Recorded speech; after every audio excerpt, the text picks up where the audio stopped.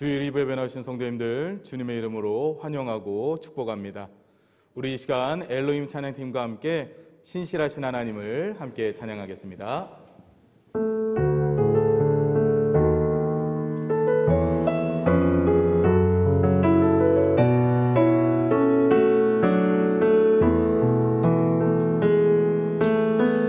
나의 영혼이 잠잠히 하나님만 알아니요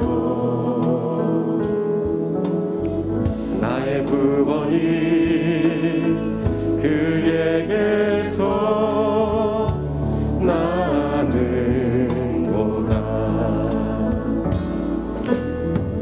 나의 영혼아 잠잠히 하나님만 바라라. 나의 소망이 저에게서 나는도다. 오직 주만이 나의 반석 나의 구원이시니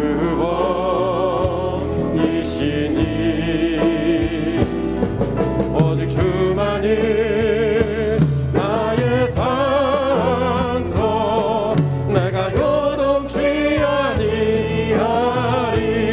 우리 다시 한번 찬양합니다. 나의 영혼이 잠잠히 하나님만 바라며 나의 구원이 그에게서 나는도다. 나의 영혼아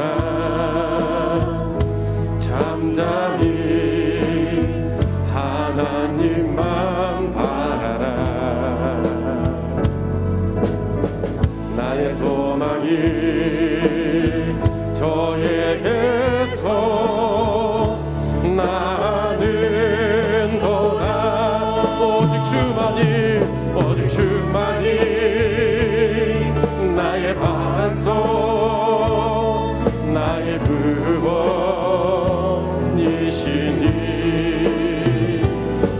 오직 주만이 나의 산소 내가 요동치 아니하리. 나의 영혼이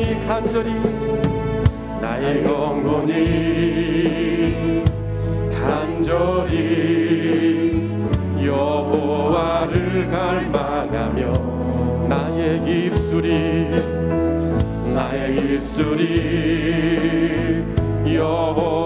여호와를 찬양하리. 나의 영혼이 즐거이 여호와를 따르리니 나의 평생에 여호와를 송축하리. 오직 주만이 나의 반석 나의 구원이시니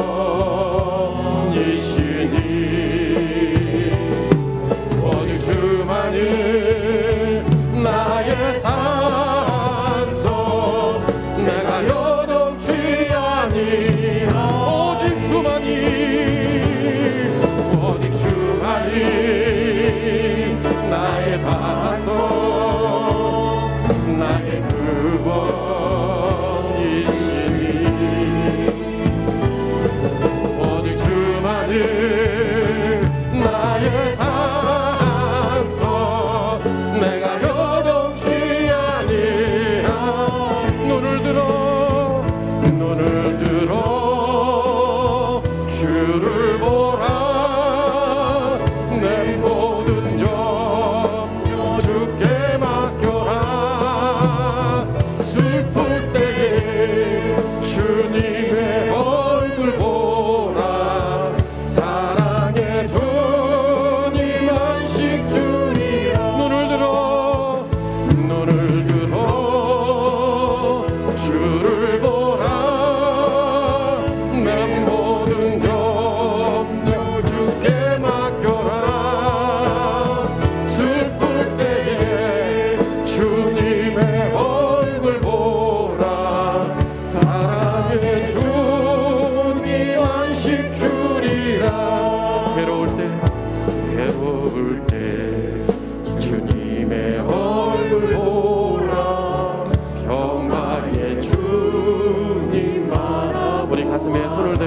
고백하는 마음으로 우리의 답답함을 위로하는 마음으로 하나님께 나아갔으면 좋겠습니다. 다시 한번 괴로울 때 주님의 얼굴 보라. 괴로울 때 주님의 얼굴 보라. 평화의 주님 바라보아라. 세상에서 시달린 친구들아 위로의 주님 바라. 아멘. 눈을 들어 주를 보라. 내 모든 염려 주께 맡겨라. 슬플 때에 주님의 얼굴 보라. 사랑의 주님 안식 주리라. 힘이 없고 내 마음 연약할 때 능력의 주님 바라보아라. 주의 이름 부르는 모든 자는 힘주시고 늘 지켜주시. 눈을 드세요. 눈을 들어 주를 보라. 내 모든 염려 주께 맡겨라. 슬플 때에 주님의 얼굴 보라. 사랑의 주님 안식 주리. 눈을 들어 주를 보라. 내 모든 염려 주께 맡겨라. 슬플 때에 주님의 얼굴 보라. 사랑의 주님 안식 주리라. 우리에게 안식 주신 주님께 하나님께 영광의 박수를 돌립니다. 아멘.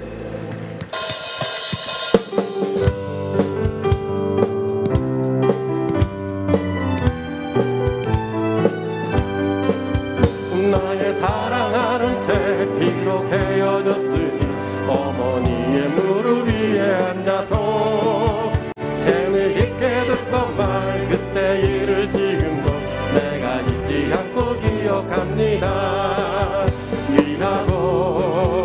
귀하다 우리 어머니가 들려주시던 재미있게 듣던 말 이 책 중에 있으니 이 성경심이 사랑합니다.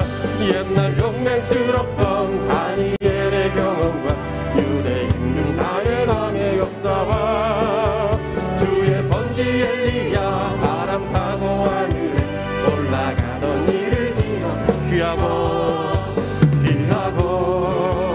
귀하다 우리 어머니가 들려주시던 재미있게 듣던 말 이 책 중에 있으니 이 성경심이 사랑합니다.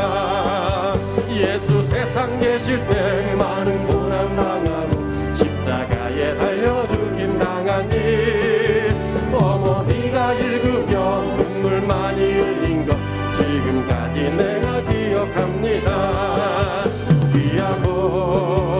귀하다 우리 어머니가 들려주시던 재미있게 듣던 말 이 책 중에 있으니 이 성경심이 사랑합니다. 그때 일은 지나고 나의 눈에 반하고 어머니의 말씀 기억하면서 나도 시시때때로 성경 말씀을 들어 주의 뜻을 따라 살려옵니다.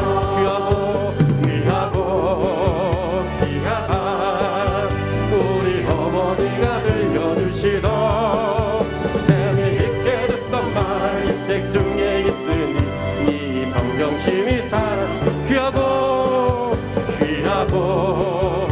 귀하다 우리 어머니가 들려주시던 재미있게 듣던 말 이 책 중에 있으니 이 성경심이 사랑합니다. 예. 안석이신 하나님 행하신 모든 것 완전하신 나의 생명이신 하나님 나의 생명이신 하나님 내게 행하신 찬양합니다 신실하신 하나님 실수가 없으신 도우신 나의 주 신실하신 하나님 실수가 없으신 도우신 우리 좀 더 힘있게 찬양합니다 나의 반석이신 나의 안석이신 하나님 행하신 모든 것 완전하시니 나의 생명이신 하나님 행하신 모든 일 찬양합니다 진실하신 하나님 실수가 없으신 도우신 나의 주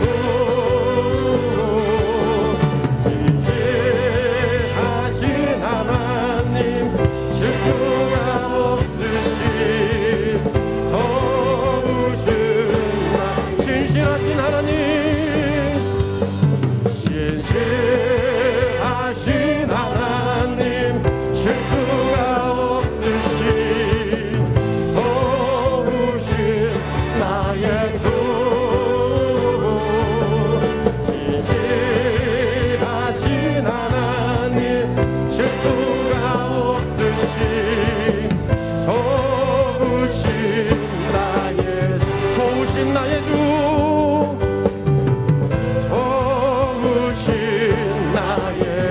좋으신 나의 주 좋으신 나의 주 우리 좋으신 하나님께 영원히 박수를 드립니다 아멘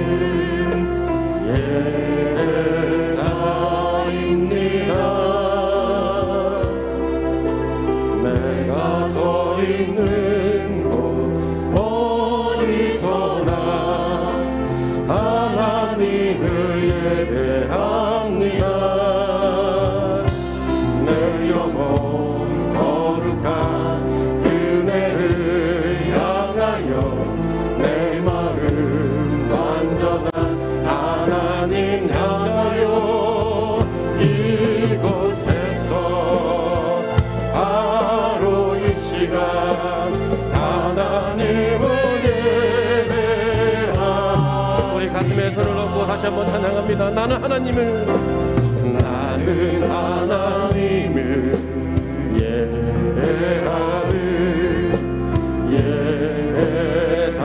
예배하리이다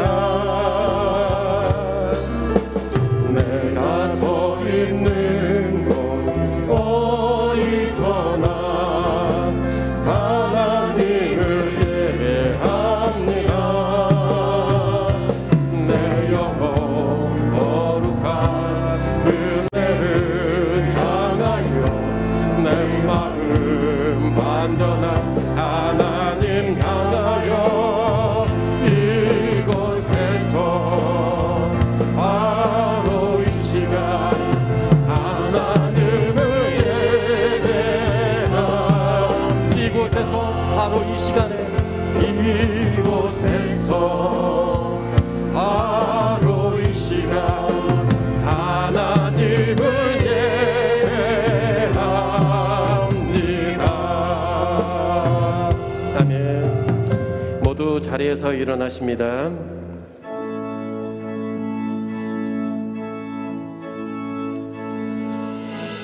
하늘에 계신 아버지 이름 거룩하사 주님 나라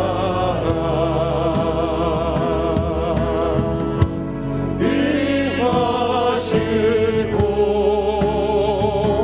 뜻이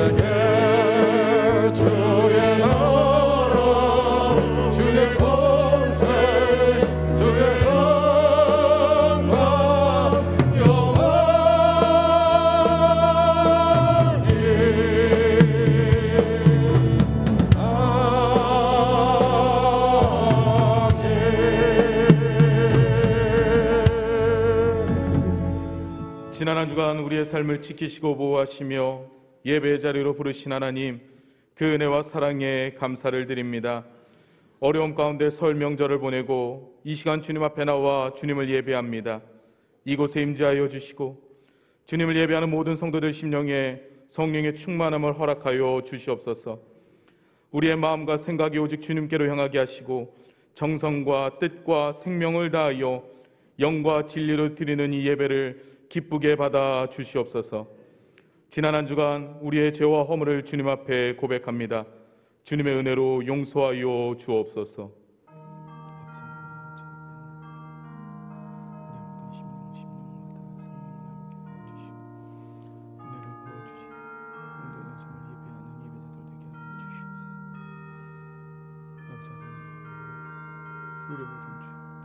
우리의 모든 연약함 주님 앞에 다 내려놓고 오직 주님 앞에 있습니다.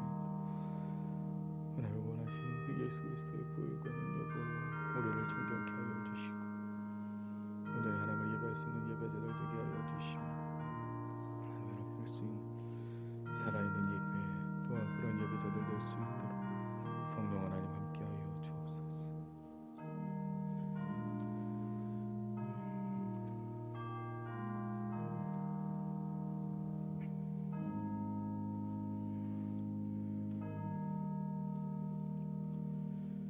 우리가 우리 죄를 자백하면 그는 미쁘시고 의로우사 우리 죄를 사하시며 우리를 모든 불의에서 깨끗하게 하실 것이라. 아멘. 신앙 고백하겠습니다.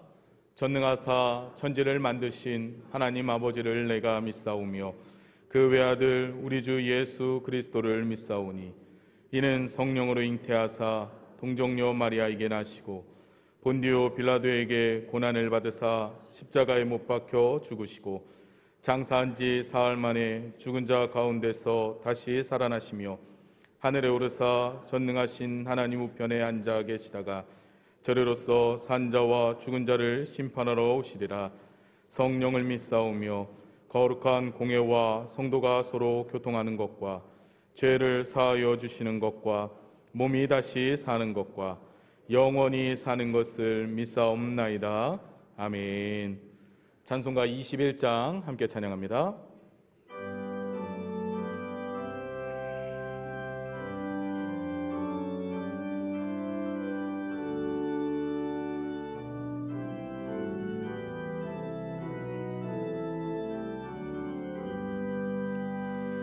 다 찬양하여라 전능왕 창조의 주께 내오나 주 찬양 평강과 구원의 주님 성도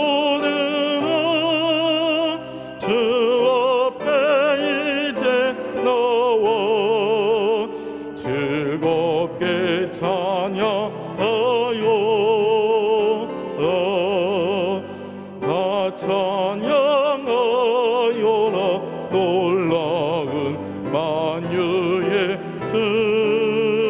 주께 포근한 날개 밑을 품어 주시는 주님 성도들아 주님의 뜻 안에서 내 소원 다 이루리라 다 찬양하여라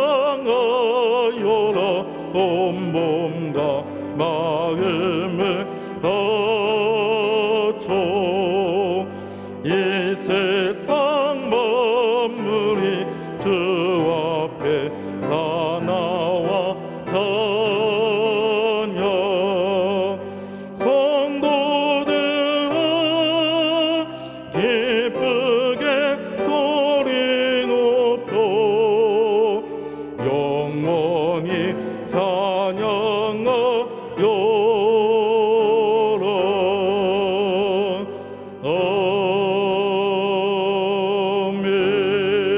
아멘. 윤종만 장로님 기도하십니다.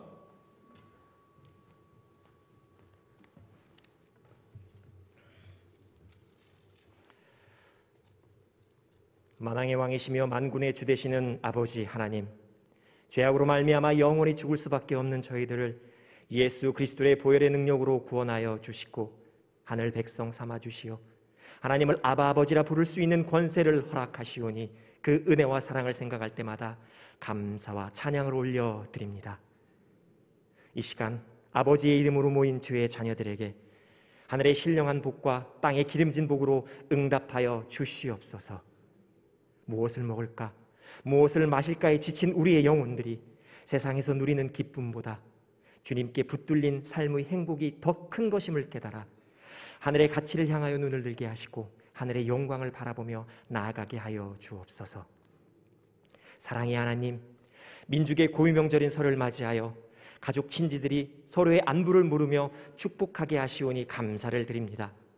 비록 코로나 방역으로 인하여 가족들과 함께하지 못한 가정들도 있지만 서로의 소중함을 더욱 깨닫게 하시고 서로를 격려하며 기도하는 섬김과 사랑을 나누는 뜻깊은 시간이 되게 하옵소서. 특별히 코로나로 인해 삶이 지치고 피폐해진 인생들을 위로하여 주옵소서. 백신과 치료제의 개발 보급이 신속히 이루어지고 국민들이 마음속에 불안과 염려가 사라지며 서로를 보듬어 안을 수 있는 넉넉한 그리스도의 사랑이 있게 하여 주옵소서. 임마누엘의 하나님, 다음 세대를 지켜 주시옵소서. 새학기와 진학 준비를 위하여 열심히 공부하는 우리들의 자녀들이 무엇을 위해 공부하는지 분명히 깨닫게 하시기를 원합니다. 지혜와 명철을 허락하사 하나님의 영광을 위해 일찍부터 자기의 사명을 깨닫고 분명한 목적을 향해 달려가는 비전의 세대가 되게 하여 주옵소서. 교회가 함께하는 말씀 대행진과 매일 성경 묵상 그리고 가정예배 운동이 믿음의 가문을 이루고자 하는 성도들이 가정과 삶 가운데 잘 정착되게 하시고 하나님을 경험하고 말씀으로 이겨내는 간증의 시간들이 되게 하여 주옵소서. 하나님, 이 나라와 교회들에게 긍휼을 베풀어 주옵소서. 준비된 참된 그리스도인들이 정치, 경제, 사회 곳곳에서 일어나게 하시고 하나님의 공의로움이 통치하는 대한민국이 되게 하여 주옵소서. 이 땅의 교회들이 힘들고 어려운 이때에 교회를 향한 주님의 요청이 무엇인지를 분별하게 하시고 수많은 영혼들을 하나뿐인 구원의 길로 인도할 구원의 방주 역할을 잘 감당케 하옵소서. 73년의 역사를 통해 논산 중앙교회를 여기까지 인도하신 에베네셀의 하나님, 성도와 교회를 위해 불철주야 기도하며 애쓰는 전중혁 담임 목사님을 지켜 보호하여 주옵소서. 불확실의 시대 엘리야의 영성에 7배를 더하여 주사 교회와 성도가 나아갈 복음의 길을 인도하는 데 부족함 없게 하옵소서. 오늘 강단에서 선포되어지는 말씀에 힘과 권능을 더하사 악한 영은 물러가고 회개와 회복이 일어나며 하나님의 나라가 다시 살아나는 역사가 있게 하옵소서. 불가능과 무기력함에 눌려있는 우리에게 능력 주시는 자 안에서 모든 것을 할 수 있다는 믿음의 불길이 일어나게 하옵소서. 환우들과 큰 어려움을 겪고 있는 성도들에게 치유와 회복의 은혜가 있게 하옵소서.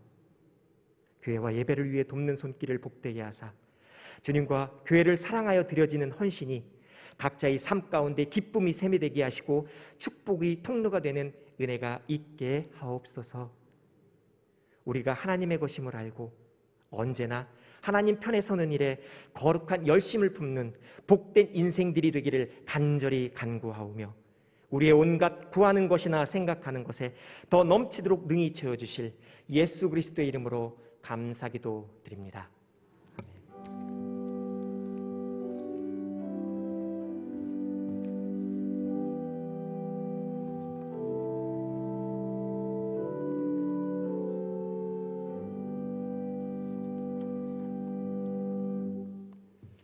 교회 소식 함께 나누겠습니다. 주보 뒷면을 함께 보시겠습니다. 3차 말씀 대행진 안내입니다. 2월 14일 오늘부터 2월 20일까지는 요한일서 5장까지 읽으시면 됩니다. 교회학교 예배 안내입니다. 오늘 교회학교는 본당에서 가족과 함께 예배합니다. 바나바 교육 일정 안내입니다. 2월 14일 금일 오후 2시 비전센터 비전홀에서 있습니다. 가정예배 참여 신청 안내입니다. 전반기 가정예배 기간은 3월부터 6월까지 4개월간입니다. 신청은 본당 로비에 비치되어 있는 또는 사무실에 비치되어 있는 신청서를 작성하여 제출하시거나 황지만 목사님에게 개별 신청하시면 됩니다.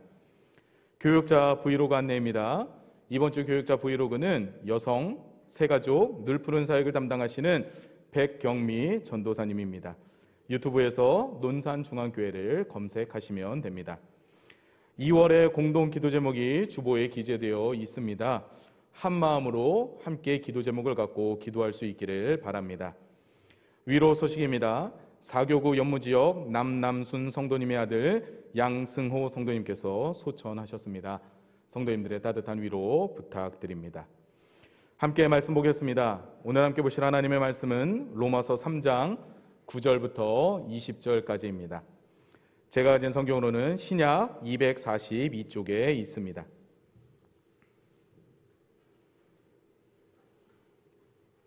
다 찾으신 줄 알고 제가 봉독하겠습니다. 그러면 어떠하냐? 우리는 나으냐? 결코 아니라. 유대인이나 헬라인이나 다 죄 아래에 있다고 우리가 이미 선언하였느니라. 기록된 바 의인은 없나니 하나도 없으며 깨닫는 자도 없고 하나님을 찾는 자도 없고 다 치우쳐 함께 무익하게 되고 선을 행하는 자는 없나니 하나도 없도다.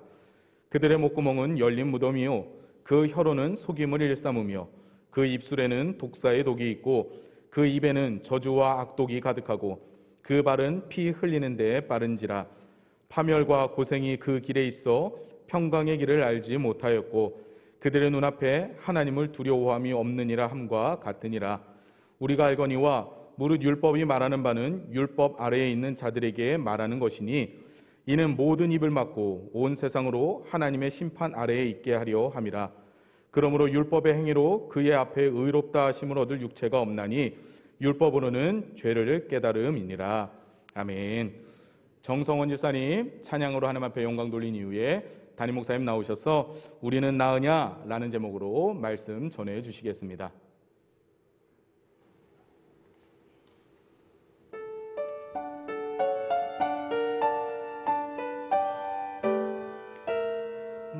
내가 참 의지하는 예수 나의 상처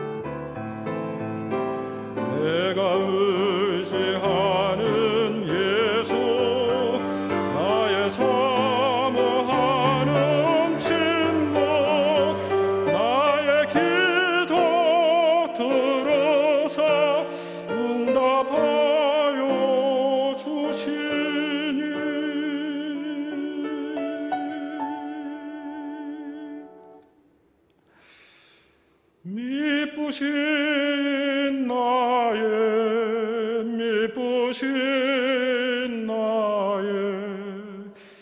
좋은 친구 되신 예수.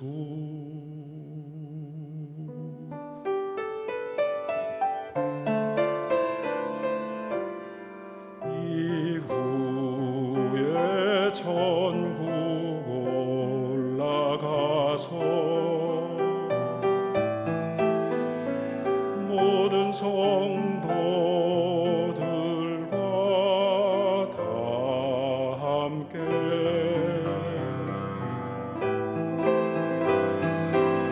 우리를 구하신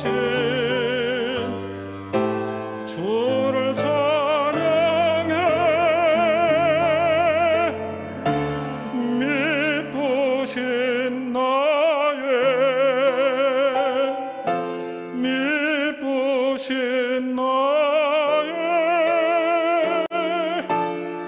친구 되신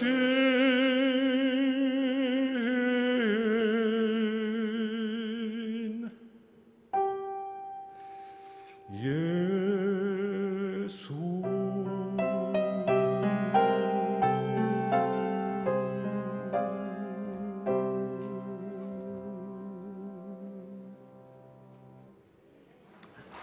아멘. 주님께 감사와 영광 올려드립니다. 귀한 찬양 감사합니다. 우리의 마음속에 주님을 향한 찬양의 열망을 뜨겁게 해주신 귀한 찬양인 것 같습니다. 항상 주님을 찬양하는 우리 모두가 되기를 축복합니다. 명절 잘 보내셨습니까? 예. 설 명절은 1년 중에 가장 행복하고 풍성한 명절이기는 하지만 지난 추석에 이어서 이번 설 명절도 코로나19로 인해서 마음껏 가족, 친지들과 함께 시간을 보낼 수 없었던 그런 아쉬움이 많은 명절이었던 것 같습니다.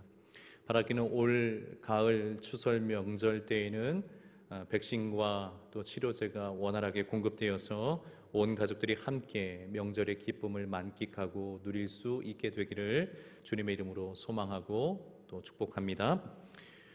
가족과 친지들이 한자리에 마음껏 모일 수 없는 이런 아쉬움 속에서도 오히려 이번 명절이 조금 더 마음 편한 그런 명절이 된 분들이 계실지 모르겠습니다. 먼저는 음식 장만을 그래도 예년에 비해서 상대적으로 덜 해도 되었던 우리 어머니들 또는 우리 소위 며느리들 되시는 분들 모처럼 조금은 편안하게 명절을 보내시지 않으셨을까 그런 생각이 듭니다. 그리고 그 누구보다도 명절 때가 되면 집안의 어른들 또 친척분들의 질문, 예컨대 어떻게 지내냐, 올해는 결혼하냐, 지난번 시험 봤다고 하는데 시험 결과는 또 어떠냐, 학교는 어디 다니니, 취업은 또 했니, 승진은 했니, 이런 질문을 늘상 들으면서 당혹스러워했던 우리 20대 또는 30대 또는 40대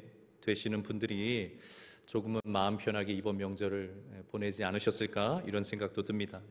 나쁜 의도는 아니겠지만 이런 질문을 주고받다 보면 본의 아니게 비교하는 일들이 일어나게 되어서 서로의 마음이 불편해지는 그런 경우들이 굉장히 많습니다. 형제들 간에도 경제적인 여건들에 대해서 비교하기도 하고 자녀들에 대해서도 비교하는 말들이 오고 가기도 합니다. 요즘처럼 경제적으로 매우 불안정하고 또 자녀들의 미래에 대해서 예측할 수 없는 그런 때면 불쑥 튀어나온 누군가를 비교하는 그런 말들이 마음에 큰 상처로 남을 그럴 때도 분명히 있을 것입니다. 비단 가족 모임뿐만이 아니라 우리가 살아가는 이 세상에는 서로 비교하는 문화가 매우 뿌리 깊게 자리하고 있습니다. 우리 인간은 하나님의 형상으로 지음받았기 때문에 늘 생각합니다. 그리고 늘 판단합니다. 그렇기 때문에 비교하고 분석하는 기능을 자연스럽게 가지고 있습니다. 그런데 문제는 서로 비교하고자 하는 그 사람들의 마음의 의도에 늘 문제가 도사리고 있어요. 죄로 타락한 우리 인간의 본성에는 왜곡된 감정이 하나 자리 잡게 되었는데, 그것이 무엇이냐면 서로 비교하면서 상대적인 우월감을 즐기고자 하는 그런 감정이 우리의 부패한 심령 속에 생기게 되었습니다. 상대방을 이기는 것으로부터 오는 즐거움 누리고 싶어 합니다. 상대방보다 내가 조금 더 낫다, 좀 더 괜찮다, 이런 인정으로부터 오는 기쁨을 추구하는 그런 타락한 본성이 우리 마음속에 다 있습니다. 이겨야지 좀 직성이 풀리죠? 다른 사람들보다 더 인정을 받고 조금 더 낫다, 칭찬을 받아야 마음이 편안해지고 행복감을 느끼게 되는 그런 마음들이 누구나 그 마음속에 자리 잡고 있습니다. 그러나 여러분도 잘 아시겠지만 상대적인 우월감은 결코 진실한 의미에서의 행복감이 아닙니다. 이 행복은 사실은 거짓된 행복이죠. 그리고 매우 위태로운 행복이라 말할 수 있습니다. 왜냐하면 언제든지 상대적인 우월감이라고 하는 것은 깨지기 마련이기 때문에 그렇습니다. 나보다 상대적으로 우월해 보이는 이들이 세상 속에는 너무나 많죠. 너무나 많습니다. 그러므로 비교하는 삶의 행복을 두고 또는 상대적인 우월감을 어떤 행복인 것인 양 착각하면서 살아가는 이들은 결코 진정한 의미에서의 행복에 이를 수가 없습니다. 오히려 항상 무엇인가를 더 채우고 또 채워야 될 것 같은 불안감에 시달릴 수밖에 없고, 성취를 해도 또 다른 무엇인가를 또다시 성취해야 된다는 강박에 시달릴 수밖에 없기 때문에 그렇습니다. 그런 면에서 참된 행복은 기본적으로 만족에서 오는 것입니다. 비교하지 않는 삶, 상대적인 우월감에서 행복을 찾지 않는 삶, 이 만족에서 행복의 씨앗의 싹을 비로소 틔우게 되는 겁니다. 신앙생활의 행복 역시 마찬가지여서 진짜 신앙생활에 행복한 이들은 늘 만족한 상태에 있습니다. 만족이 없이는 행복이라 말할 수가 없습니다. 우리가 예수님을 만나고 또 예수님을 깊이 우리의 마음속에 영접하여서 주님과 동행하는 삶은 진실로 살게 되어지면 여러분 진짜 그렇죠. 세상이 줄 수도 또 세상이 알 수도 없는 그런 행복을 누리게 됩니다. 이유는 무엇입니까? 이미 내 마음이 주님으로 충분해졌기 때문에 그렇습니다. 주님으로 인해서 내 마음이 만족된 상태가 되었기 때문에 우리의 심령은 비로소 행복이라는 것을 느끼게 되는 겁니다. 주님으로 충족되어 있으니 더 이상 다른 사람들과 비교하는 것 의미가 없어졌죠. 주님으로 충분하니 상대적 우월감에서 행복을 찾고자 하는 노력들 할 필요가 없어지게 되는 겁니다. 사랑하는 여러분, 신앙생활을 시작했다고 해서 저절로 행복해지는 것은 아닌 것처럼 보여요. 교회를 다니기 시작했다고 해서, 심지어 오래 교회를 다녔다고 해서 또한 저절로 행복해지는 것도 아닙니다. 주님을 만나야지 행복합니다. 그리고 그 주님이 나에게 전부인 것을 깨닫게 되어야 행복합니다. 주님으로 충분하다라는 사실을 내 전인격으로 내 영혼이 감지하고 맛보고 경험할 때 비로소 우리는 신앙생활 속에서 행복이라는 것을 경험하게 됩니다. 디모데전서는 목회의 서신으로 잘 알려져 있죠. 그러니까 목회를 하면서 있을 수 있을 법한 일들, 그러니까 교회에 일어날 수 있는 일들에 대해서 기록을 하고 또 그에 대한 적절한 지혜를 공급해 주는 말씀이 디모데전서입니다. 그런데 디모데전서 6장 4절에서 6절까지의 말씀 보니까 이런 말씀이 기록되어 있어요. 그는 교만하여 아무것도 알지 못하고 변론과 언쟁을 좋아하는 자니 이로써 투기와 분쟁과 비방과 악한 생각이 나며 마음이 부패하여지고 진리를 잃어버려 경건을 이익의 방도로 생각하는 자들의 다툼이 일어나느니라. 그러나 자족하는 마음이 있으면 경건은 큰 이익이 되느니라. 바울이 보니까 신앙생활을 하면서도 변론과 언쟁을 좋아하는 사람들이 있는 것을 보게 된 겁니다. 뭘 놓지 못한 겁니까? 상대적인 우월감을 놓지 못해서 늘 부딪혀요. 늘 변론과 언쟁을 일삼아요. 이들은 대부분 교만한 자들인데 교만함에도 불구하고 사실은 아는 것이 없는 자들이에요. 아는 것이 없으니 그냥 우격다짐으로 이야기를 할 뿐이죠. 그러다 보니 언쟁, 변론, 다툼들이 계속해서 일어나는 겁니다. 심지어 경건의 삶을 자신의 이익의 방도로 생각하여서 뭘 자꾸 일으킵니까? 다툼을 일으키는 거예요. 이런 일들이 바울이 보니까 목회 현장에서도 교회 안에서도 일어나고 있음을 그의 영적인 아들 디모데에게 이야기를 해주고 있는 겁니다. 여러분, 기도하는 삶, 예배하는 삶, 봉사하고 전도하는 삶, 여러분 이것이 얼마나 고결한 신앙생활입니까? 얼마나 고귀한 신앙생활의 모습입니까? 그런데 이와 같은 경건생활조차도 상대적인 우월감에 빠져 있는 사람들이라면 그것조차도 유익이 되지 못한다는 거예요. 그 귀하고 고결한 것들까지도 유익이 되지 못하고 오히려 다툼의 이유가 된다라고 성경은 말씀하고 있는 겁니다. 그러나 반대로 자족하는 마음이 있을 때에, 주님으로 인해서 만족하는 마음이 있을 때에, 서로 비교하거나 상대적인 우월감에 사로잡혀 있지 않은 그 만족하는 마음을 가지고 있을 때에 비로소 경건이 그 사람에게 매우 큰 유익으로 다가오게 된다. 그 신앙의 능력을 비로소 경험하고 누리게 된다 말씀하는 겁니다. 여러분, 신앙생활 역시 마찬가지입니다. 만족하는 마음을 가지고 있을 때에 비로소 큰 유익과 그리고 진정한 행복을 누리게 되는 것입니다. 사랑하는 여러분, 만족의 은혜가 있기를 주의 이름으로 축원합니다. 만족의 은혜가 여러분의 심령에 충만하기를 주의 이름으로 축원합니다. 그렇다면 여러분, 우리는 어떻게 해야 신앙생활에서 만족을 얻고 그 만족을 유지할 수 있을까요? 진정으로 행복한 신앙생활을 위해서 여러분, 첫걸음을 어디서부터 우리는 출발해야 할까요? 그 답을 오늘 본문이 말씀을 해주십니다. 그리고 그것이 무엇인고 하니 우리가 어떤 사람들인지 정확하게 그리고 잘 알아야 된다. 내가 누구인지 잘 아는 것부터 시작해야 된다라고 오늘 본문이 우리에게 말씀하시는 겁니다. 내가 원래 어떤 사람이었는지, 나의 본래의 정체가 어떠했는지 그것을 먼저 잘 알아야 그 위에 쌓아 올리는 행복의 벽돌들이 잘 쌓아질 수 있음을 우리에게 말씀해 주시는 겁니다. 그리고 성경이 우리에게 말씀해 주시는 우리의 정체는 무엇인가? 여러분, 사실 우리 모두가 원래는 죄 아래에 있는 사람들이었다. 오늘 본문이 그렇게 말씀하는 거예요. 우리 모두가 말입니다. 여기 예외는 한 분도 없습니다. 한 분도 없이 우리 모두가 사실은 죄 아래에 있던 사람들이고 사실은 지금도 죄 아래에 있는 사람들이라는 것을 자각해야 된다는 거예요. 생각해야 된다는 거예요. 이것을 고백해야 한다는 것입니다. 신앙생활을 오래 하신 분들이 가끔씩 착각에 빠질 때가 있습니다. 그리고 안타깝게도 그 착각은 우리가 누리고 있어야 될 영적인 행복을 갉아먹는 착각들이에요. 이런 착각입니다. 야, 내가 신앙생활을 오래오래 했으니까 저 사람이 저렇게 말해도, 저 사람이 저렇게 행동해도 그래, 누가 참겠어. 내가 참아야지.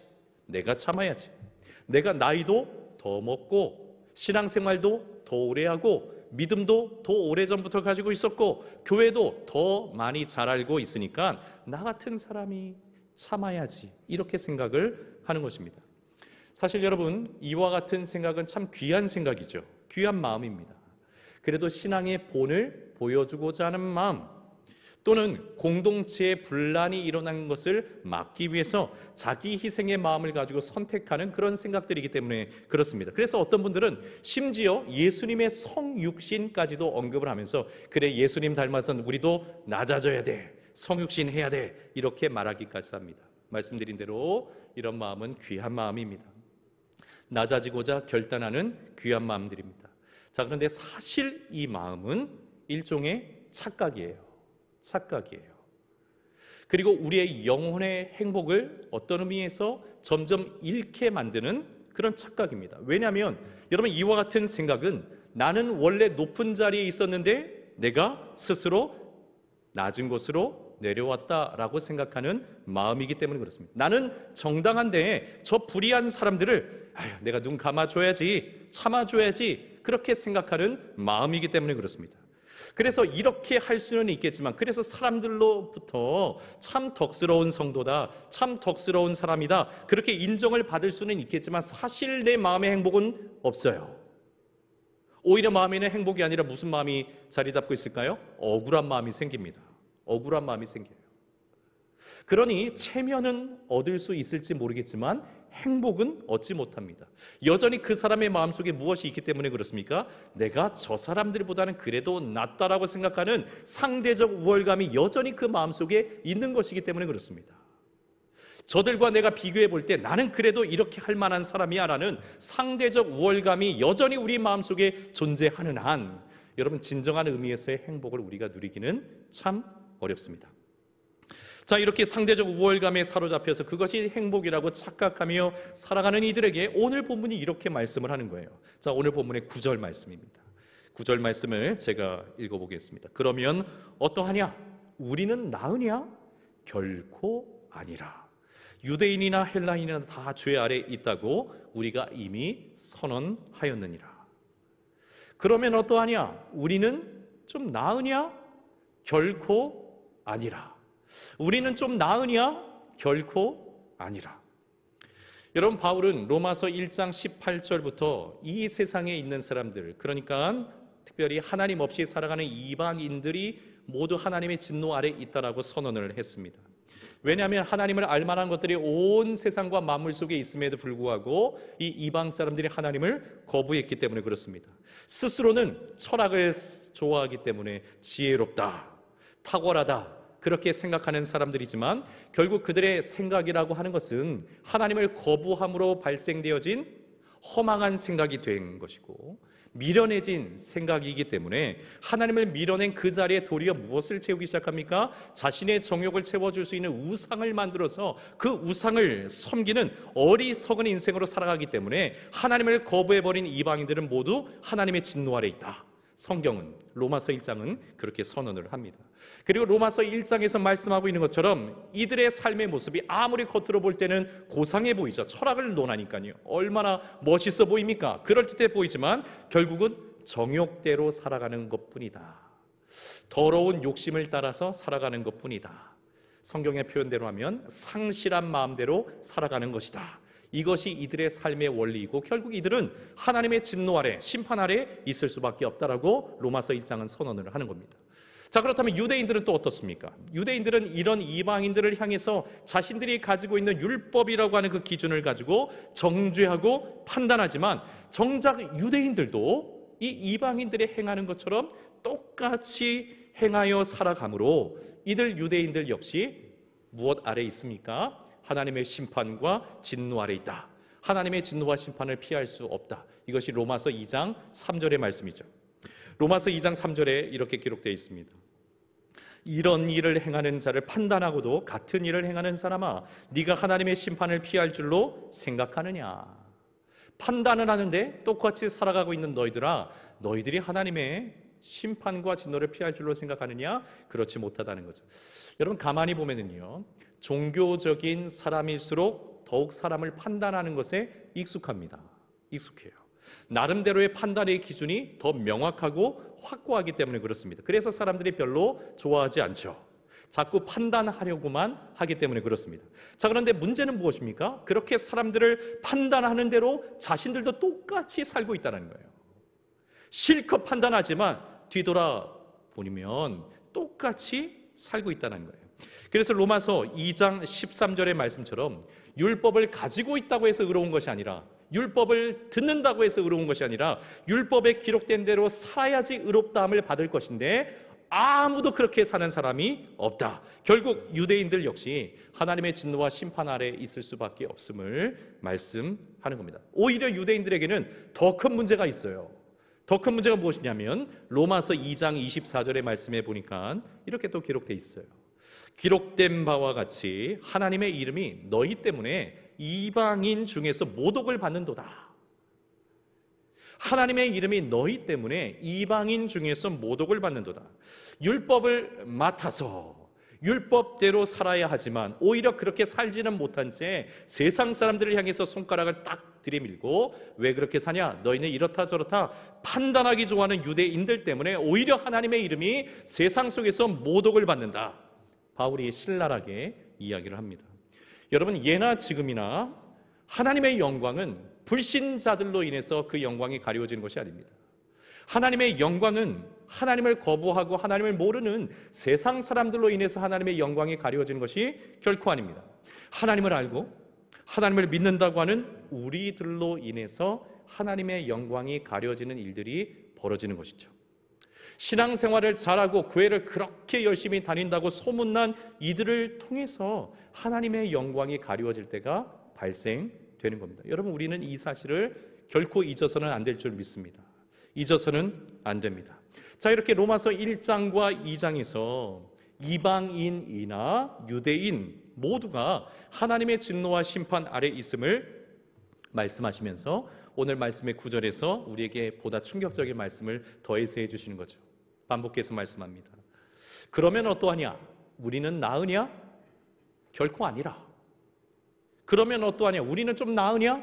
결코 아니라. 여러분, 우리는 그동안 로마서 1장과 2장의 말씀을 함께 나누면서 이방인들에 대해서 그리고 유대인들에 대해서 참 어리석다, 세상 지혜나 자랑하고 하나님을 거부하는 이방인들 참 어리석다, 하나님께서 율법을 맡겨주셨음에도 불구하고 자기 의로움에 빠져서 하나님의 뜻대로 살지 못하는 유대인들 참 어리석다, 저들이야말로 진짜 어리석은 죄인들이다, 이렇게 생각했을지 모릅니다. 그러면서 우리는 이 시대에 태어난 것을 감사하면서 우리는 이 시대에 태어나서 복음을 알았고 복음을 들었고 복음을 영접한 그리스도인이 되었으니 얼마나 감사한 일인가, 이렇게 우리 스스로 생각하며 위안을 받았을지도 모르겠습니다. 자, 그런데 바울은 이제 그러한 그리스도인들을 향해서도 오늘 본문에서 이야기를 하고 있는 거예요. 자, 그러면 우리 그리스도인들은 너희 이방인이나 유대인들보다 낫겠느냐? 나은 것이 있겠느냐? 결코 아니라는 거예요. 나은 것 하나 없다라는 겁니다. 9절에서 말씀하고 있는 우리라고 하는 표현은 예수님을 믿고 영접한, 복음을 믿고 영접한 그리스도인들을 말해요. 그리고 헬라인이나 유대인이나 심지어 바울을 포함한 그리스도인들이나 다 죄 아래에 있다라고 9절은 선언하고 있습니다. 죄 아래에 있다고 하는 말은 죄의 지배 아래에 있다라는 말이에요. 죄의 권세, 죄의 세력, 죄의 영향력 아래에 있다라는 말입니다. 늘 죄에 대해서 어떤 경향성을 가지고 있고 죄를 범할 가능성을 언제든지 가지고 살아가고 있다라는 말입니다. 이 땅에 있는 모든 사람들이 그러하다는 거예요. 과거에 살았던 사람들이나 지금 살고 있는 사람들이나 미래에 살게 될 사람들이나 모두가 그러하며 인종, 문화 또는 직업, 교양, 지식과 상관없이 모든 사람들이 죄 아래에 있다는 거예요. 저와 여러분도 마찬가지입니다. 예외가 없습니다. 심지어 예수님을 믿고 복음을 영접한 그리스도인들까지도 여전히 죄의 영향 아래, 죄의 세력 아래에 있다는 거예요. 바울은 로마서 7장 23절에서 자신의 이러한 고뇌를 숨김없이 드러냅니다. 로마서 7장 23절에 뭐라고 고백합니까? 내 지체 속에 한 다른 법이 내 마음의 법과 싸워서 내 지체 속에 있는 죄의 법으로 나를 사로잡아가는 것을 보는도다. 내 안에 있는 죄의 법이 나를 사로잡아가는 것을 보는 거예요. 항거하고 싶지만, 저항하고 싶지만 꼼짝할 수 없도록 그 죄의 법의 힘이 너무나 세서 자신을 사로잡는 것을 볼 수밖에 없다라고, 이 죄에 대한 무기력감을 바울이 고백을 하는 겁니다. 여러분, 이것이 우리의 원래 모습이에요. 이것이 저와 여러분의 실존입니다. 죄에 대해서 그 누구도 힘을 내어서 스스로 벗어날 수 있는 사람이 아무도 없어요. 아무도 없어요. 스스로 의롭다라고 말할 수 있는 사람이 아무도 없습니다. 우리 모두는 죄에 대해서 나은 것이 좀 있다 말할 수 있는 사람 아무도 없는 것입니다. 자, 바울이 이러한 사실을 밝히 드러내기 위해서 구약의 말씀, 구약 성경을 오늘 본문에서 인용을 해요. 10절부터 18절까지의 말씀인데, 자, 본문에 나와 있는 인용 구절은 구약 성경에서 어떤 한 본문을 통째로 이렇게 가지고 와서 인용하고 있는 것이 아니라 구약 성경 곳곳에 흩어져 있는 우리 인간의 실존, 우리가 얼마나 죄에 대해서 무기력한 존재인지, 얼마나 의로운 것이 하나 없는 자들인지 그 사실을 적나라하게 말씀해 주시는 그 말씀들을 곳곳에서 가지고 와서 오늘 본문에 모아놓고 있는 겁니다. 여러분, 이 말씀들을 보세요. 우리가 얼마나 죄에 대해서 무기력한 사람들입니까? 아무리 교회를 다니고 있어도, 아무리 오랫동안 신앙생활을 하고 있어도 여러분, 우리가 얼마나 죄에 대해서 무기력한 사람들입니까? 머리부터 발끝까지 죄에 잠식된 인간의 모습을 오늘 바울이 인용 구절을 통해서 말씀해주고 있잖아요. 생각부터 눈, 입, 혀, 입술, 목구멍, 손, 발, 철저하게 우리가 죄의 세력에 사로잡혀 있음을 바울은 로마서를 통해서 우리에게 말씀해주고 있습니다. 여러분, 우리의 실존이 그래요. 우리에게 선한 것 하나 없다라는 말씀이 맞습니다. 우리 스스로 죄의 올무에서 벗어날 수 있는 힘이 우리에게는 아무것도 없음을 우리는 알아야 합니다. 오늘 본문의 10절을 볼까요? 시편 14편의 말씀을 인용해서 바울이 이야기를 하죠. 말씀을 전합니다. 의인은 없나니 한 사람도 없다. 의인은 없나니 한 사람도 없다. 이 중에 의인은 없나니 한 사람도 없다. 여러분, 바울은 본래 스스로에 대해서 의인이라고 생각했던 사람이었습니다. 세상에 의인이 있다면 나만한 의인이 없다라고 자부심을 가지고 있었던 사람이 바울이었어요. 그래서 나중에 빌립보 교회 성도들에게 과거의 자신에 대해서 소개를 할 때, 여러분 빌립보서 3장 6절에 보면 이렇게 소개를 합니다. 열심으로는 교회를 박해하고 율법의 의로는 흠이 없는 자로다. 자신에 대해서 소개할 때 율법의 의에 있어서는 흠이 없는 사람이다. 그렇게 이야기를 합니다. 나만한 사람이 없다는 거죠. 교회 안에서, 신앙이라고 하는 울타리 안에서 나만한 사람이 없었다. 나는 스스로 의인이라 자부했던 그런 사람이었다. 하나님을 향해서 특별한 마음을 가지고 있었던 그런 사람이었다. 그렇게 생각을 했었어요. 과거에 그렇게 생각했었어요. 나만한 의인이 없다고, 교회에서 나만한 사람이 없다고 그렇게 스스로 생각했었어요. 그런데 이제 깨닫습니다. 복음 안에서 이제 깨달은 고백을 하는 거죠. 의인은 없나니 한 사람도 없다라는 사실을 나도 알게 되었다. 의인은 없다. 11절과 12절에서 깨닫는 자도 없고 하나님을 찾는 자도 없고 다 치우쳐 함께 무익하게 되었다. 선을 행하는 자는 없나니 하나도 없다. 이렇게 고백을 합니다. 여러분, 바울은 가말리엘 문화생이었잖아요. 가말리엘 문화생이 갖는 의미는 무엇입니까? 오늘날로 하면 최고 학부 출신이라는 거죠. 서울대든지 카이스트든지 최고 학부 출신이라는 거예요. 최고의 당대 최고의 선생님께 율법을 배웠다라는 겁니다. 자, 그런데 그때는 얼마나 열심히 공부했겠어요. 가르쳐 주시는 대로 족족 받아들이면서 정말 진리를 깨달았냐, 정말 하나님의 심오한 비밀을 깨달았냐, 그 공부할 때마다 얼마나 기쁨이 넘쳤겠습니까? 그런데 지금 복음을 영접하고 난 이후에 알게 된 사실은 무엇이냐면, 그때는 깨달은 것인 줄 알았는데 깨달은 것이 아니었다라는 거죠. 그것은 단지 착각에 빠져 있었다라는 것을 고백하는 겁니다. 자기 생각에 치우친 것이라는 사실을 깨달은 것입니다. 사람들이 정해놓은 지식이 마치 전체의 진리이냐, 그렇게 받아들이고 열심을 내서 공부했던 것뿐이다라는 것을 고백하는 것입니다. 여러분, 바울이 어떤 사람이었습니까? 예수님 만나기 이전에는 사람을 죽이기 위해서 사방으로 돌아다니던 사람이었어요. 예수 믿는 사람을 잡기 위해서, 핍박하기 위해서, 잡아서 죽이기 위해서 혈안이 되어서 사방으로 돌아다녔던 엘리트 중에 엘리트였습니다. 왜 바울이 그렇게 했습니까? 자신이 깨달은 줄 알고 있었던 진리 때문에, 그 진리가 진정한 선이라고 생각했기 때문에 사람을 잡아 죽이는 일에 열심을 내었어요. 근데 그것이 선이었습니까? 그렇지 않았죠. 사람들의 치우친 생각일 뿐이었습니다. 여러분, 오늘날에도 수많은 사람들이 정의를 외칩니다. 수많은 사람들이 공정을 외칩니다. 수많은 사람들이 의로움을 말합니다. 그러나 결국 하나님 없는 인생은 치우칠 뿐입니다. 자기의 입장에서 정의를 말하는 것이고, 자기의 범주 안에서 공의, 정의로움, 공정을 말하는 것일 뿐이지, 사람들은 항상 죄의 한계에서 치우칠 수밖에 없습니다. 이것이 우리의 한계죠. 한계. 13절에 목구멍은 열린 무덤이라. 여러분, 열린 무덤이 무엇입니까?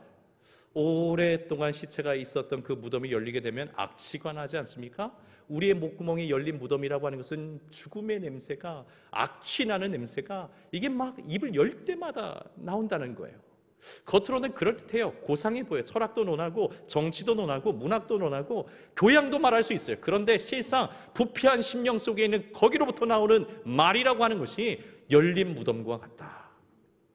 혀는 속이고 입술은 독사의 독으로 가득하고 입은 저주와 악독을 말하고 발은 피 흘리는데 빠릅니다. 여러분, 여기서 독사의 독이라고 하는 게 무엇이냐면, 물론 사람을 죽이는 독으로 이야기할 수도 있겠지만 원래 의미는 부식을 말해요. 부식, 갉아먹는 것을 말해요. 갉아먹는, 부패한 우리의 심령, 죄로 타락한 우리의 본성에서 나오는 말이라고 하는 것이 사람들을 얼마나 갉아먹는지 몰라요. 나도 갉아먹을, 내 영혼을 갉아먹을 뿐만 아니라 우리 주변에 있는 사람들을 얼마나 갉아먹는지 몰라요. 육체도 갉아먹고 마음도 갉아먹고 영혼도 갉아먹는 그런 일들이 얼마나 많이 벌어지는지 모릅니다. 그것이 우리의 실존이에요. 우리의 모습이에요. 지난 한 주간만 딱 보죠. 지난 한 주간 동안에서 우리의 마음의 부패한 본성에서 나온 말들로 인해서 우리는 얼마나 많은 심령의 부식의 작용을 하도록 했을까요? 결국엔 평강의 길을 알지 못하고 파멸과 고생의 길로 들어서게 됩니다. 여러분, 자, 그런데 놀라운 사실은 이것이 우리의 모습이라는 것을 반드시 알아야 된다는 겁니다. 이게 우리의 베이스, 시작이라는 것을 반드시 우리는 알아야 됩니다. 이와 같은 우리의 원래 모습을 깨닫는 것이 왜 필요할까요? 왜 중요할까요? 그래야 비로소 진정으로 살 길이 보이기 때문에 그렇습니다. 그래야 그 다음은 우리가 어떻게 살아야 할지를 알 수 있기 때문에 그렇습니다. 왜 우리에게 예수님의 십자가의 은혜라고 하는 것이 그렇게 필요한지, 왜 우리에게 하나님의 그 은혜라고 하는 것이, 그 사랑이 우리에게 왜 그렇게 필요한지, 우리가 한순간도 은혜 없이는 살 수 없는 이유가 무엇인지를 비로소 깨닫고 알 수 있으며 그 은혜를 붙잡고자 하기 때문에 그렇습니다. 여러분, 한자어 표현 중에 무병조사 일병장수라는 표현이 있습니다. 무병조사 일병장수. 우리는 흔히 무병장수 이렇게 말하지 않습니까? 우리의 소망을 담아서 평생 병 없이 장수하기를 바라는 마음으로 무병장수라 이런 표현을 쓰기는 하지만 실제로는 무병장수가 많지 않죠. 오히려 무병조사, 일병장수의 경우가 많습니다.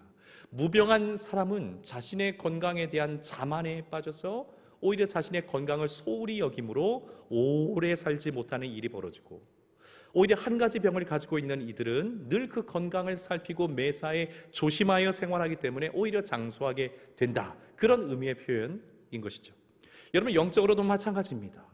영적으로 스스로 의롭다라고 생각하는 이들은, 다른 사람들보다 상대적으로 그래도 괜찮다라고 생각하는 이들은, 내가 나은 것이 훨씬 더 많다라고 생각하는 이들은, 이 상대적인 우월감에 빠져서 살아가는 이들은 여러분, 영적인 질병에 빠질 가능성이 높고 그 영적인 수렁에서 스스로 나올 수 없는 가능성이 매우 높아집니다. 그러나 내가 얼마나 죄가 많은 사람인지, 내가 죄에 대해서 얼마나 무력한 사람인지를 있는 그대로 깨닫고 고백하며 자각하고 그 죄의 세력 안에서 우리가 무기력함을 고백하는 이들은 날마다 뭐가 필요해요?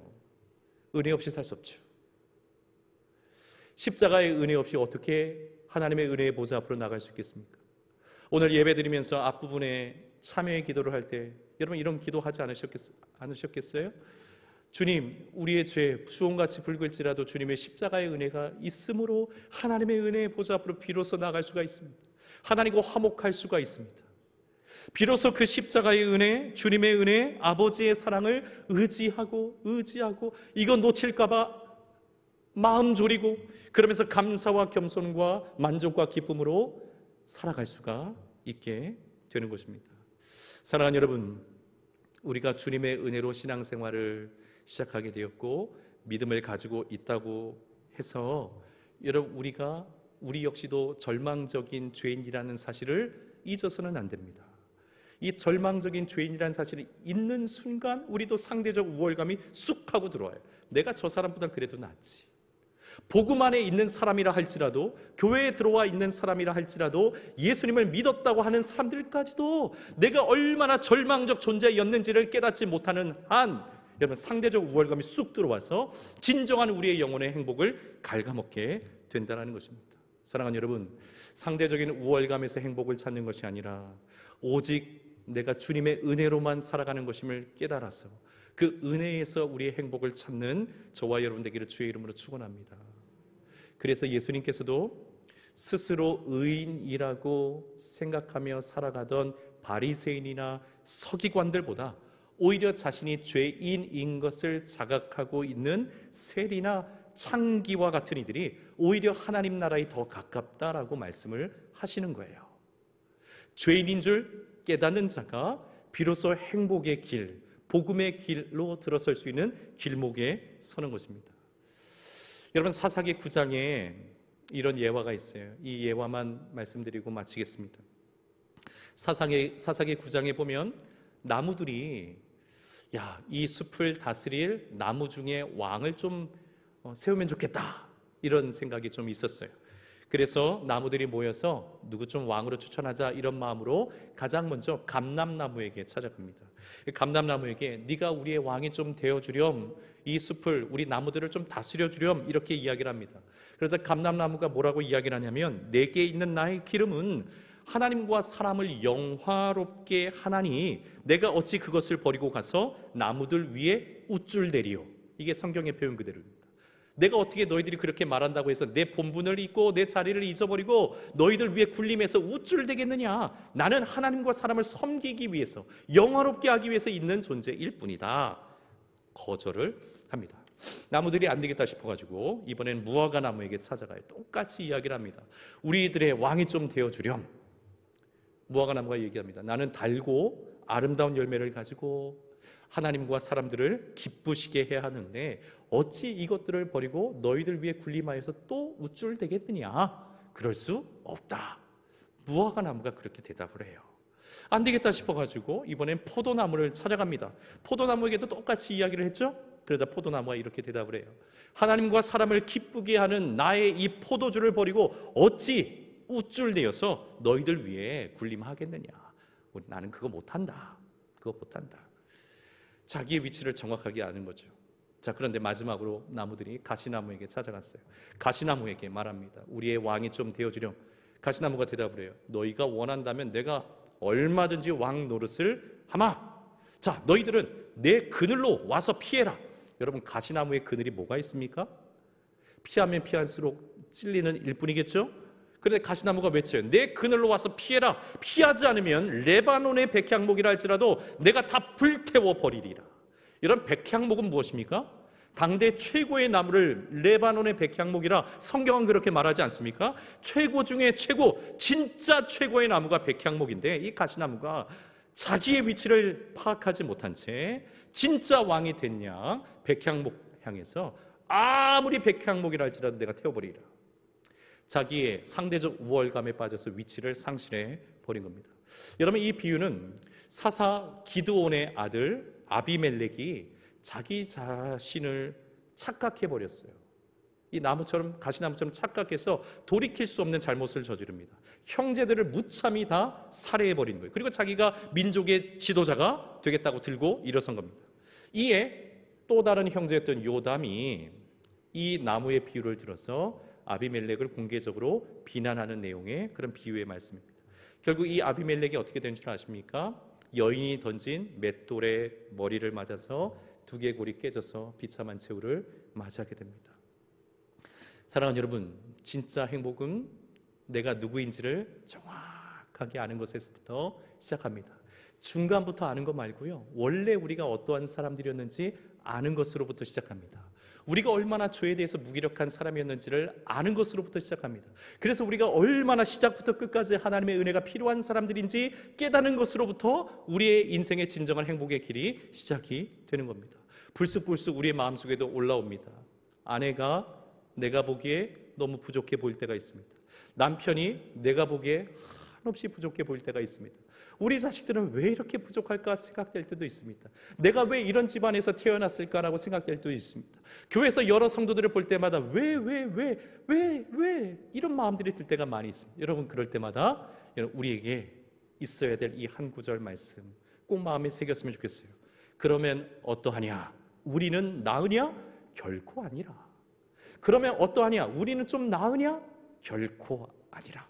여러분, 이 말씀을 가슴속에 콕 붙들고 살아갈 때에 비로소 복음의 길에서 진정한 행복의 길로 우리 모두가 나아가게 될 줄 믿습니다. 사랑하는 여러분, 상대적 우월감의 유혹에서 벗어나시기를 주님의 이름으로 축복합니다. 잠시 한번 기도하겠습니다. 우리 함께 기도할 때에 주님, 오늘 주신 말씀 그대로 우리가 얼마나 죄에 대해서 무력한 존재인지 깨닫게 도와주시고, 그로 인해서 절망에 빠지는 것이 아니라 날마다 주의 은혜가 필요한 자인 것을 깨닫고 그 은혜에 힘입어 그 은혜에 의지하여 그 은혜 속에서 진정한 행복을 누리며 살아갈 수 있도록 역사하여 달라고, 도와달라고 우리 같이 한번 기도하겠습니다. 기도합니다.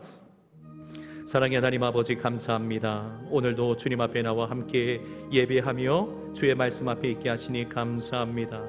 주신 말씀을 마음속에 새깁니다. 끊임없이 세상은 우리에게 상대적인 우월감이 행복의 원천이다 말하고 유혹하지만, 하나님, 그것은 거짓 행복인 것을 깨닫게 도와주셔서 끊임없이 누군가를 비교하고 상대적인 우월감 속에 행복을 찾고자 하는 시도를 내려놓게 도와주셔서 우리가 본질상 얼마나 진노의 자녀들이었는지, 죄에 대해서 무력한 존재였는지 깨닫게 도와주심으로 날마다 하나님의 은혜를 힘입어 살아가는 우리 모두가 되게 하여 주시옵소서. 주님 없이 살 수 없습니다. 은혜 없이 살 수 없습니다. 끊임없이 우리의 마음에 부패한 심령 속에서 우리가 좀 낫지, 나는 좀 더 괜찮은 사람이지, 이런 마음들이 상대적으로 들 때마다 하나님의 말씀 기억하게 도와주셔서 결코 그렇지 아니함을 깨닫고 끝까지 주의 은혜에 의지하여 승리하며 살아가는 우리 모두가 되게 하여 주시옵소서. 하나님 아버지, 감사합니다. 명절 기간을 은혜 가운데 보내게 하시고 오늘 이렇게 거룩한 주일을 구별하여서 주님 앞에 나와 예배하게 하시니 감사합니다. 하나님을 사랑하고 우리의 삶의 최우선순위인 것을 깨닫고 예배의 자리에 사모하여 달려나온 주 백성들 위해 주의 은혜와 복을 허락하여 주시옵소서. 우리의 심령에 오늘 주신 말씀 꼭 새겨주셔서 세상에 끊임없이 상대적 우월감 속에서 행복을 찾도록 하나님 우리의 마음을 주장하지만, 그러나 그 마음 빼앗기지 않게 도와주시고 오히려 하나님의 은혜 속에서 우리가 얼마나 주에 대해 무력한 존재인지를 깨닫고 끊임없이 하나님의 은혜로 만족하고 주의 은혜로 살아가며 그 은혜를 힘입어 살아가는 우리 모두가 되게 하여 주옵소서. 오늘도 주님 앞에 귀한 예물을 올려드린 손길들 기억하시고 저들의 삶에 주의 은혜와 복을 허락해 주셔서 올 한 해 동안에 남다른 은혜와 복의 주인공들 다 될 수 있도록 은총을 더하여 주시옵소서. 주님의 교회를 섬기는 종들 위해 함께 하시고 섬기는 그 자리에서 하나님 나라의 부요함을 맛보아 누리게 하여 주시옵소서. 주님 함께 하실 줄 믿고 감사드리고 예수님 이름으로 기도드리옵나이다. 아멘. 다 함께 자리에서 일어나셔서 304장 함께 찬송합니다.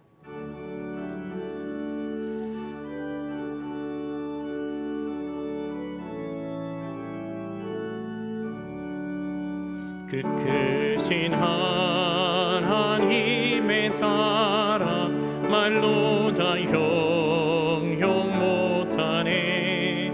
저 높고 높은 별을 넘어 이 낮고 낮은 땅 위에 죄범한 영혼 구하려 그 아들 화목제물 삼으시고 죄 용서하셨네. 하나님 크신 사랑은 증량 다 못하네. 영원히 변치 않는 사랑 성도여 찬양하세. 괴로운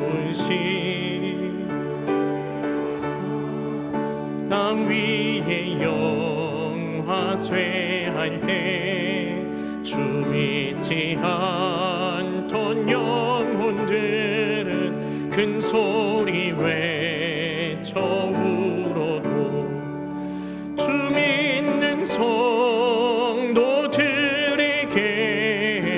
큰 사랑 베푸사 우리의 죄 사했으니 은혜 잊을까. 하나 하나님 크신 사랑은 증량다 못하네. 영원히 변치 않는 사랑 성도여 찬양하세. 하늘을 두루마리 삼고 바다를 몸을 삼아도 한없는 하나님의 사랑 다 기록할 수 없겠네. 하나님의 크신 사랑 그 어찌 닿을까. 저 하늘 높이 쌓아도 채우지 못하리. 하나님 크신 사랑은 증량다 못하네. 영원히 변치 않는 사랑 성도여 찬양하세.